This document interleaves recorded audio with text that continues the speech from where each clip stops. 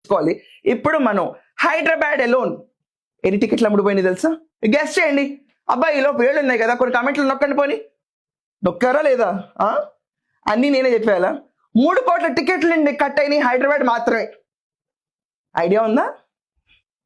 3 కోట్ల టికెట్లు జస్ట్ హైదరాబాద్ లో మన బాలయ్య బాబు గారు అఖండ తాండవానికి.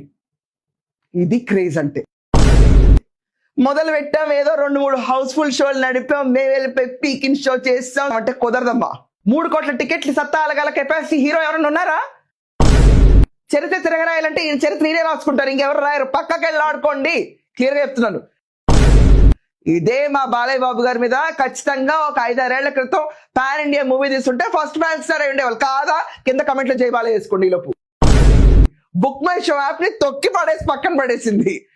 బుక్ చేసుకుందాం అంటే టికెట్లు దొరకట్లా.